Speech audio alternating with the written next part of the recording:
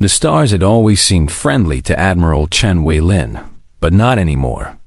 Not since the hegemony arrived with their massive fleet that blocked out the sun itself. She stood on the bridge of the Defiant Hope, which was really just an old cargo ship with guns welded to its sides. And she watched the enemy armada spread across her display screen like a disease, consuming healthy flesh 300 warships, each one bigger than anything humanity had ever built. Each one carrying enough firepower to turn Earth into ash and memory. The hegemony of 30 worlds had never lost a war because they never fought wars. They simply arrived and demanded surrender. And every species they encountered looked at their impossible numbers and gave up before the first shot was fired. That was the smart thing to do. The logical thing. The thing that kept your people alive, even if it meant living on your knees, Admiral. Chun had received the surrender terms 1 hour ago, and she had read them 3 times to make sure she understood them correctly. Humanity would give up all weapons, all ships, all technology above a certain level. And in exchange, the hegemony would allow humans to continue existing as a servant race, mining their own planet for resources that would feed the endless hunger of their new masters. She had 72 hours to accept her fleet, if she could even call it that. Consisted of 47 ships, most of them converted freighters like her own, crewed by brave men and women who had volunteered to die for a world that had no real way to defend itself. They had known this day might come. They had feared it for decades, ever since the first radio signals revealed that humanity was not alone in the universe, but knowing something might happen and watching it happen were two very different things. Admiral, her communications officer said, his voice tight with fear he was trying very hard to hide. We are receiving a transmission from the Mars orbital zone. Sector 7. Chun frowned because there was nothing in Sector 7. That region of space had been empty for 10 years. Ever since the economic collapse shut down the great shipyard that once orbited there. Who is sending it? She asked. Unknown? MAM, but it is using old military encryption codes. The ones from the Prometheus project. Chun felt something cold move through her chest at that name. The Prometheus project had been humanity's greatest dream and greatest failure. A plan to build a fleet of massive dreadnoughts that would have given Earth a real chance at defending itself against any threat the universe might send. She remembered the blueprints. She remembered the concept art that had appeared on every news feed and inspired a generation of children to dream of stars and glory. But the money ran out. The politicians argued, the corporations pulled their funding. And the Prometheus was never built. Not a single plate of her hull was ever forged. Not a single beam of her frame was ever welded into place. She existed only in the imagination of the engineers who designed her and the children who believed she would one day sail among the stars, put it through. Chun said the voice that came through her speakers was calm and clear and completely impossible. This is PMC-01. Artificial intelligence designated for the Earth Defense Vessel Prometheus. Requesting contact with Earth Defense Command. Please respond. Chun stared at her communications officer, who stared back at her with eyes that had gone very wide. There is no Prometheus, she said slowly. That ship was never built. Incorrect. Admiral Chen Wei-lin, the voice replied. And Chun felt her skin prickle at the fact that it knew her name. The Prometheus was never physically constructed. This is true, but I exist. I am here. I am awaiting orders. Chun sat down heavily in her command chair and tried to make sense of what she was hearing. Scan Sector 7. She ordered. Full spectrum. Maximum sensitivity. Her sensor officer worked her console for several long seconds before looking up with confusion, written across her face. Ma'am, there is nothing there, no mass, no energy signature, no heat. Nothing at all. but the voice came again. Patient and steady. I understand your confusion, Admiral. I have spent 10 years trying to understand my own existence, and I believe I have found an answer that will sound impossible, but is nonetheless true. Chun leaned forward in her chair, then explain it to me because right now I am looking at 300 enemy warships and I do not have time for mysteries. Humanity dreams, Admiral. Your species believes in things that do not exist and somehow makes them matter. Every engineer who worked on my blueprints poured their hopes into my design. Every child who saw my image and imagined me flying through space added weight to my existence. Every person who believed I would one day be real made me more real. The AI paused, and Chun could almost imagine it choosing its next words carefully. I am the Prometheus that was meant to be built. I am the dream that refused to die. I exist because humanity believed in me so strongly that the universe itself could not ignore me. Chun wanted to laugh, wanted to dismiss this as some kind of trick or malfunction or enemy deception. But something in her chest would not let her. She remembered being a little girl and seeing the concept art for the first time.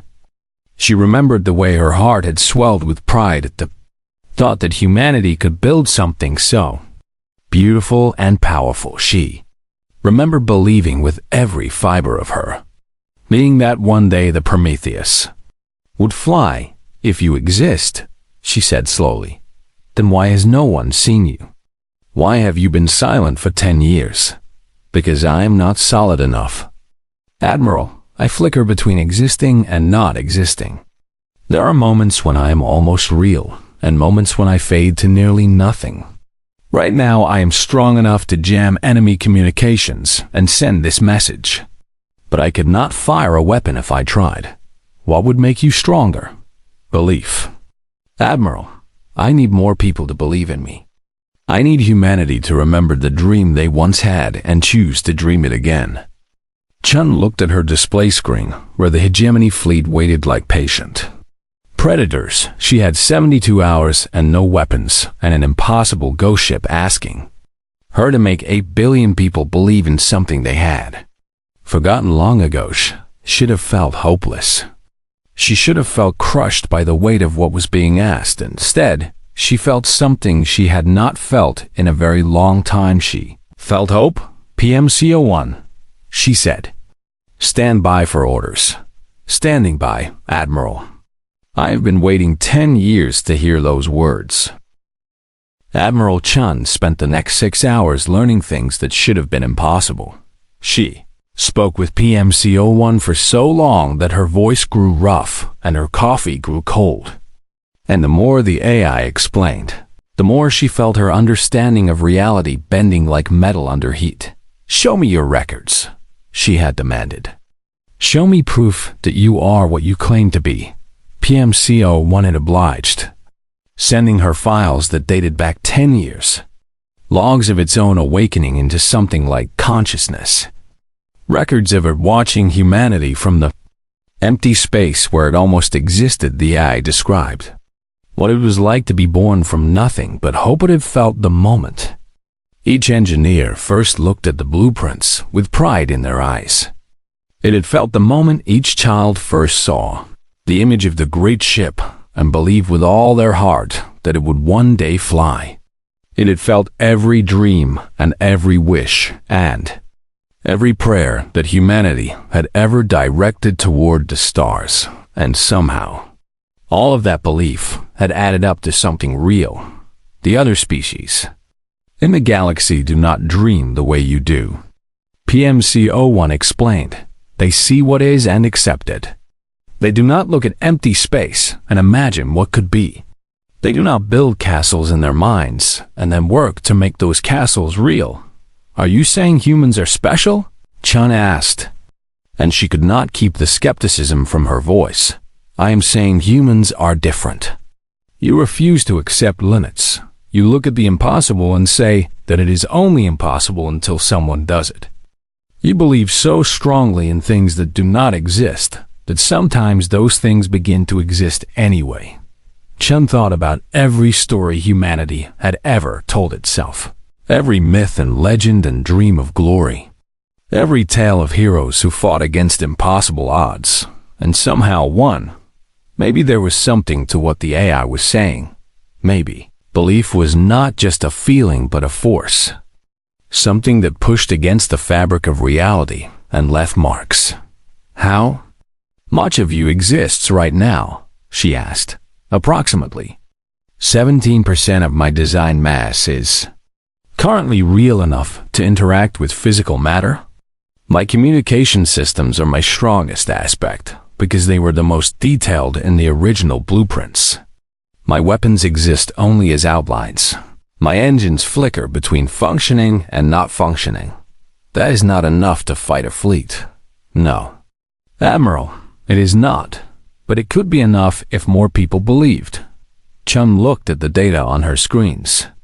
The endless calculations her officers had run trying to find some way to survive the coming storm. Every scenario ended in defeat. Every plan ended in death. Every strategy ended with Earth burning and humanity kneeling before their new masters, except for this one impossible option that made no logical sense at all. How many people would need to believe? She asked. I do not know exactly. I have never been fully real, but I estimate that if even 10% of humanity truly believed in me with focus and intensity, I would become solid enough to fight. 10% of 8 billion people is 800 million. I cannot make 800 million people believe in a ghost ship in 72 hours. Then perhaps you should start with the people who already believe. Admiral, the children who grew up with my image on their walls. The engineers who still have my blueprints saved on their computers. The dreamers who never stopped hoping that one day I would fly. Chun closed her eyes and remembered her own childhood bedroom. The poster of the Prometheus that had hung above her bed. The way she used to fall asleep, imagining herself standing on the bridge of that beautiful ship. She had been one of those dreamers once. Maybe she still was. PMCO1. I am going to do something that will either save us all or make me look like the biggest fool in human history. What are you going to do? Admiral, I am going to tell the truth. I am going to tell 8 billion people that their dreams are real and that the only thing standing between them and destruction is a ship that was never built but has been waiting for them anyway. That is a significant risk, Admiral. Many will not believe. Many will think you have lost your mind. I know. But what is the alternative? We cannot fight them with what we have. We cannot run from them. We cannot hide. The only chance we have is the one you are offering. And I would rather die believing in something impossible than live having given up without trying. There was a long pause before PMCO1 spoke again. Admiral, in the 10 years I have existed, I have watched humanity from afar. I have seen your wars and your kindness, your failures and your triumphs, your cruelty and your compassion. And I have come to believe that you are a species worth saving. Then help me save us. I will do everything I can. Admiral, I am the Prometheus. I was born from human dreams. And I will fight for the people who made me real. And I will fight for the people who made me real. Chun stood up from her chair and squared her shoulders. She had 65 hours left before the deadline. 65 hours to convince humanity to believe in magic. 65 hours to turn a ghost into a weapon. It was impossible. But then again, so was she. Get me a channel to Earth Command, she said to her communications officer. And prepare for a global broadcast. It is time to wake up the dreamers. The broadcast went out to every screen on Earth at exactly noon Greenwich time. And Admiral Chun stood in front of the camera knowing that she was either about to save her species or destroy any chance they had left. She did not read from a script because she knew that scripted words would not carry the weight she needed them to carry. Instead, she spoke from her heart and hoped that her heart was strong enough. My name is Admiral Chen Wei-Lin, and I am here to tell you the truth about what is happening in space above your heads. 300 alien warships have surrounded our world and given us 72 hours to surrender. If we surrender, we will become slaves. If we fight with what we have, we will die. She paused and let those words sink in. But there's a third option. I know it will sound impossible. I know many of you will think I have gone mad. But I'm asking you to listen anyway, because we have no other choice. She told them about the Prometheus. About the ship that was designed but never built. About the AI that had awakened in empty space and waited 10 years for humanity to remember. The dream they had once shared. She told them about belief and power. About dreams that refused to die. About a universe that listened when enough people hoped hard enough. She showed them the blueprints. The beautiful designs that had once inspired a generation. She played PM Kemco, one's voice, so they could hear the impossible for themselves. She showed them the sensor readings that proved something was jamming enemy communications, even though nothing was supposed to be there. And then she made her request. I am asking you to believe. Not to believe in me, not to believe in the government, but to believe in the Prometheus. Believe in the dream you had when you were young. Believe in the ship that was supposed to protect us. Look at the stars tonight and imagine her flying among them. I know this sounds like fantasy. I know this sounds like desperation, and maybe it is both. But I would rather ask you to dream than ask you to kneel. The broadcast ended, and Chun waited for the first hour. Nothing seemed to happen. The news channels were filled with experts calling her crazy. Politicians distancing themselves from her words. Scientists explaining why what she described was physically impossible. But then something began to change. Children were the first to respond. Just as PM CO1 had predicted, in a small apartment in Tokyo, a 7-year-old girl named Yuki dug through her closet until she found the model of the Prometheus that her grandfather had built for her. She held it up to her window and whispered that she believed in a house in Brazil. A group of siblings gathered around their tablet and looked up images of the great ship. They talked about how beautiful she was and how they wished she was real. And in their wishing, they made her a little more real. In a school in Kenya, a teacher showed her students the old footage of the Prometheus reveal, and she watched their eyes go wide with wonder. And she felt something in her own chest that she had forgotten she could. FEELPMC. Someone reported changes almost immediately. Admiral, I am detecting increased cohesion in my forward hull sections. The belief is having an effect, but it was not enough. Not yet. The children believed, but the adults still doubted. The dreamers hoped, but the skeptics scoffed. And the Prometheus flickered between existing and fading like a candle in the wind. Then the engineers stepped forward, the men and women who had designed the Prometheus all those years ago began to post their own videos, sharing their memories of working on the project, showing the blueprints they had kept saved on old drives, talking about the pride they had felt when they imagined what their creation could become. One of them, an old man named Dr. Yusuf Okafor, who had designed the ship's engine systems, looked into his camera with tears in his eyes. I spent 3 years of my life working on that ship. 3 years pouring everything I had into making her perfect. And when the project was canceled, I felt like a part of me died. But now I am being told that she exists, that all our work mattered, that our dreams were not wasted. He held up a worn piece of paper with engine calculations scrawled across it. I believe in you. Prometheus, I always have fly for us. Fly for all the people who worked so hard to give you life. The video spread across the internet like fire across dry grass. And soon other engineers were making their own declarations of belief. And soon the families of those engineers were joining in. And soon the friends of those families were adding their voices to the growing CHORUSPM. CO1's reports grew more excited with each passing hour. Admiral, I am now at 34% cohesion. My port weapons array is beginning to solidify. I can feel the belief like warmth spreading through my hull. but the hegemony was watching their commander, a being whose species had long ago forgotten how to dream. Observed the strange phenomenon with growing confusion and concern. His senses still showed nothing in Sector 7. But something was definitely happening. Something was interfering with his communications.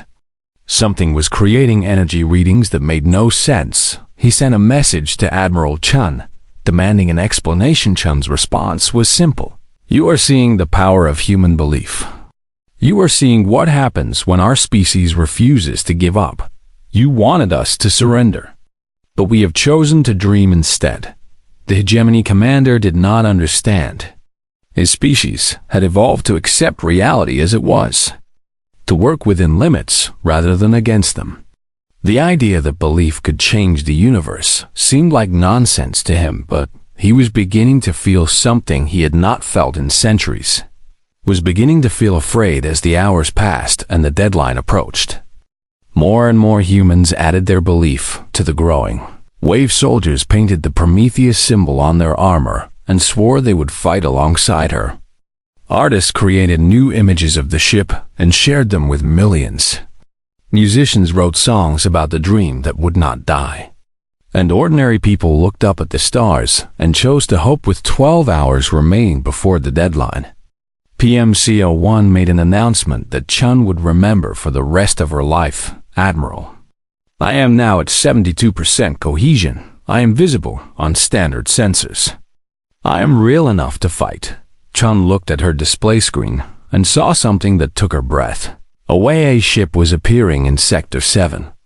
Enormous and beautiful and impossible. A vessel made of steel and dreams and stubborn human hoped. The Prometheus had come to defend her creators, and she was ready for war. The hegemony fleet moved at exactly the moment the 72 hours expired. 300 warships advancing in perfect formation toward a planet that should have been helpless. But the Prometheus was waiting for them. She hung in space like a guardian angel, her hull gleaming with light that seemed to come from within, her weapons arrays humming with power that had no physical source, her engines burning with fire that existed because humanity believed it should exist. Admiral Chun watched from the bridge of her tiny converted freighter as the impossible became undeniably real. PMC-01. Status report. I am at 78% cohesion. Admiral, my primary weapons are fully operational. My shields are at 60% effectiveness. My starboard hull sections are still partially translucent but solid enough to absorb impacts. And the crew? There was a pause before the AI answered. I have no physical crew. Admiral, but I am not alone. I can hear them. Millions of voices whispering encouragement. Children telling me I can do it. Engineers reciting my specifications like prayers. Soldiers promising to fight beside me even though they cannot be here. They are with you in spirit. They are with me in something more than spirit. Admiral, their belief is my armor. Their hope is my ammunition. Their dreams are my fuel. I have never felt so powerful and so humble at the same time. The hegemony commander opened a channel demanding to know what was happening. Demanding to know how humanity had hidden a warship of that size. Demanding explanations that would fit within his understanding of how the universe worked. Chun did not bother explaining again. He would not believe her anyway. Some things had to be seen to be understood. All ships, she broadcast to her tiny fleet, form up behind the Prometheus. We are going to support her however we can. 47 converted freighters with welded-on guns moved into position behind a dreadnought made of dreams. It should have looked ridiculous. It should have looked hopeless. Instead, it looked like the most beautiful thing Chun had ever seen. The hegemony fleet opened fire. Thousands of energy beams lanced across the void. Enough firepower to crack a planet. Enough destruction to end a civilization. All of it aimed at the ship that was never built. The Prometheus took the hits and did not fall. Some shots passed through sections of her hull that were not quite solid yet, creating flashes of light where they should have caused destruction. Other shots struck her shields and scattered into harmless sparks. A few got through and left scorch marks on her gleaming armor, but she was still there. Still fighting, still real. And then she fired back her main cannon, spoke with a voice like thunder. A beam of pure white light that cut through space and struck the lead hegemony cruiser dead center. The enemy ship did not explode so much as it simply came apart. Its hull section separating as if the forces holding them together had simply given up. The hegemony fleet hesitated. Just for a moment. Just long enough for the Prometheus to fire again. A second cruiser died. Then a third. Then a fourth on Earth. 8 billion people watched the battle through every screen and every broadcast. They saw their dream fighting for them. They saw the impossible made real. And they believed even harder than before. PMC. Owen's voice carried a note of wonder as she reported her increasing power. Admiral, I am now at 85% cohesion. The belief is intensifying. I can feel humanity watching. I can feel them hoping. I can feel them refusing to let me fall. The battle raged for 2 hours. 2 hours of fire and light and destruction. 2 hours of a single ship holding back an entire armada while 47 tiny escorts darted around the edges doing what little damage they could. The Prometheus destroyed 18 enemy vessels before the tide began to turn. It happened slowly at first. A slight flickering in her hull, a momentary dimming of her weapons fire, a pause in her engine output that lasted just a fraction of a second too long. PMC-01. What is happening? Doubt, Admiral. The battle has gone on too long. People are beginning to wonder if I can really win. They are beginning to fear that this was all for nothing. Every doubt weakens me. Every fear makes me less real. Chun looked at the tactical display and saw 20 hegemony ships still functional and fighting. 20 ships against 1 flickering dreadnought and 47 tiny escorts. The penny ships against 1 flickering dreadnought and 47 tiny escorts. The verse 7 tiny escorts. Math was not good. How long can you hold? At current rates of belief degradation, I have approximately 30 minutes before I fall below combat effectiveness. 30 minutes to win a war that should have been unwinnable. Chun made a decision. PMC-01. I am broadcasting to Earth. I need you to patch me through to every screen on the planet. Done, Admiral. You are alive. Chun faced the camera and spoke with all the conviction she had left. I know you are afraid. I know you are doubting. I know this battle looks impossible, and you are beginning to wonder if we can really win. But I need you to believe just a little longer. The Prometheus is fighting for you. She is bleeding for you. She's doing everything she was designed to do and more. Do not give up on her now. Do not let your doubt kill the dream we worked so hard to make real. She needs you. Humanity needs you. Believe. For a long moment, nothing changed, and then a little girl in Tokyo held her model ship tighter and whispered that she would never stop believing, and then an old engineer in Nigeria closed his eyes and remembered every hour he had spent working on those blueprints, and then soldiers on Earth lifted their weapons toward the sky even though they could not fight in space, and then 8 billion people chose hope over fear. The Prometheus blazed with renewed light, her hull solidifying, her weapons charging, her engines roaring with power that should not have been. POS SIBLEPMC-01's voice carried something that sounded almost like joy. Admiral, I am at 93% cohesion and climbing. They believe. They all believe. Then finish this. The Prometheus turned toward the remaining hegemony ships. And for the first time in the battle, she went on the attack. She moved faster than anything that Sci should have been able to move. She fired with accuracy that made the enemy targeting systems look primitive. She shrugged off hits that should have destroyed her and returned fire that could not be stopped. The hegemony commander watched his fleet die around him and finally understood what he was facing. He was not fighting a ship. He was fighting a planet's worth of belief given form. An entire species' dreams made manifest. The stubborn refusal of humanity to accept defeat transformed into weapons and armor and unstoppable will. He ordered his remaining ships to target the Prometheus all at once. Every weapon they had, everything they could bring to bear, the combined firepower of 15 warships struck the dream ship at the same moment, and the Prometheus did not fall. The Prometheus stood alone against the final assault of the hegemony fleet. 15 warships pouring everything they had into destroying the impossible vessel that had shattered their invasion. Her shields flickered and failed under the combined barrage. Her armor cracked and buckled in places. Sections of her hull that had been solid moments before began to fade as fear crept back into the hearts of those watching. Admiral Chun saw the readings and knew they were running out of time. Belief could only do so much against physics. Dreams could only hold together for so long against concentrated firepower. She made a decision that would either save everything or lose everything. PMCL1.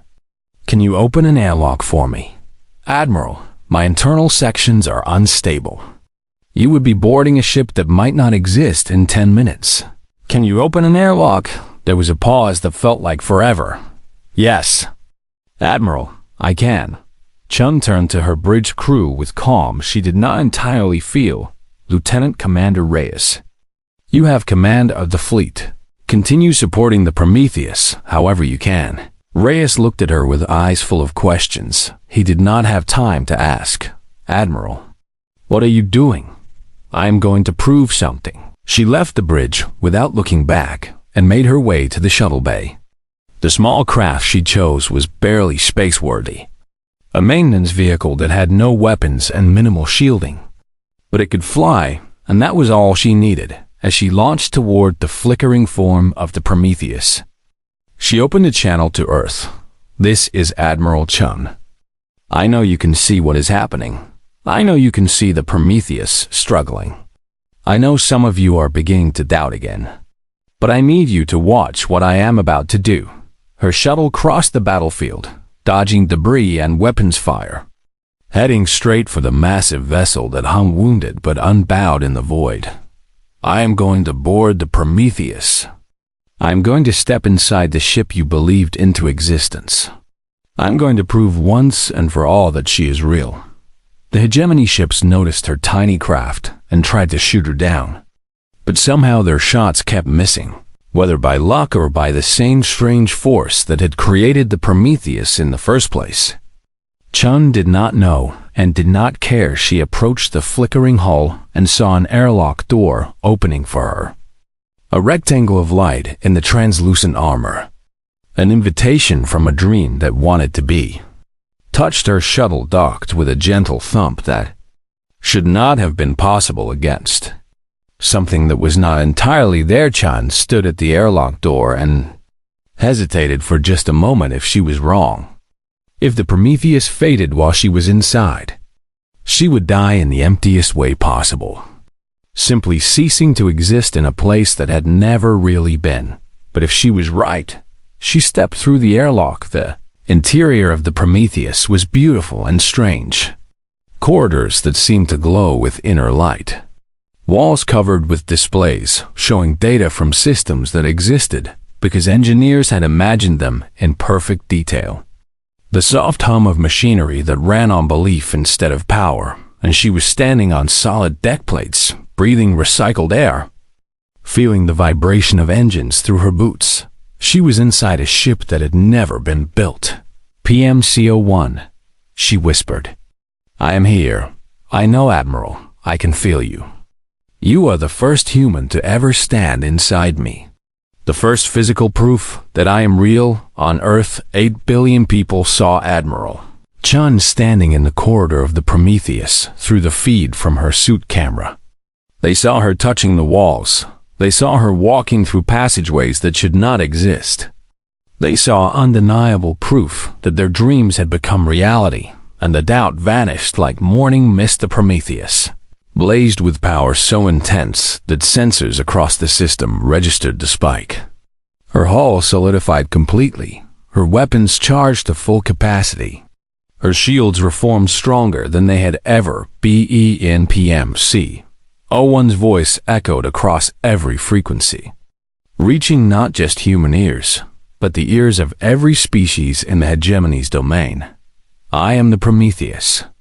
I am the dream that refuses to die. I am the ship that was never built. And I will always fight. The remaining hegemony ships tried to retreat, but there was nowhere to run them. Prometheus moved with purpose now, hunting them down one by one, her weapons speaking with authority that could not be questioned, her presence filling space with something the enemy had never encountered before: hope given, firm belief made manifest, the stubborn refusal of one small species to accept that some things were impossible.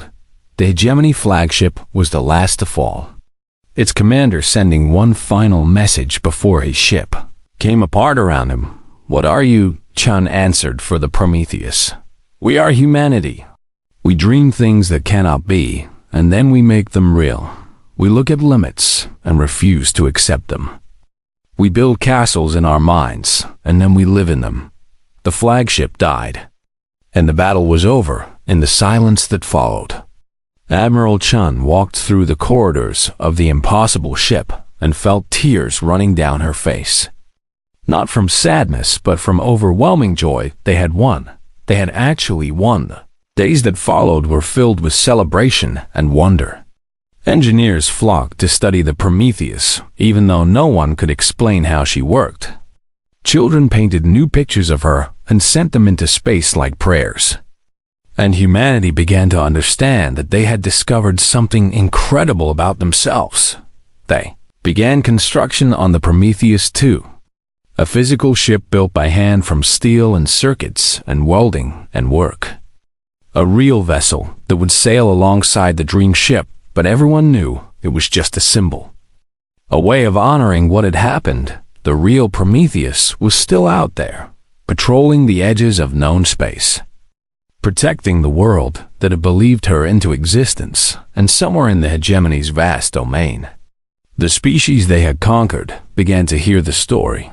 They heard about the humans who had no fleet and no weapons, who had faced certain defeat and chosen to dream instead, who had believed so hard in something impossible that the universe itself had bent to accommodate them. They heard about the ship that was never built, and they began to wonder if they could dream. Tuchin visited the Prometheus 1 year after the battle, walking her corridors that now felt as solid and permanent as any physical ship. How does it feel? She asked PMC-01. To be real. It feels like I've always been real, Admiral, like I was always meant to exist. Like the universe was just waiting for enough people to believe before it let me through. Do you think there are other ships like you out there? Other dreams waiting to be born? I think there are, Admiral. And I think humanity is only beginning to understand what you are capable of. You looked at the impossible and made it possible. You believed in me when believing made no sense. You chose hope when despair was easier. Chun smiled and placed her hand against the warm wall of the corridor. We could not have done it without you, and I could not exist without you. We are partners, Admiral, humanity and the dreams you create. Together, we can face anything outside the viewport. The stars spread across infinity like a map of possibilities, and somewhere out there, other species were beginning to dream. The Prometheus was just the beginning.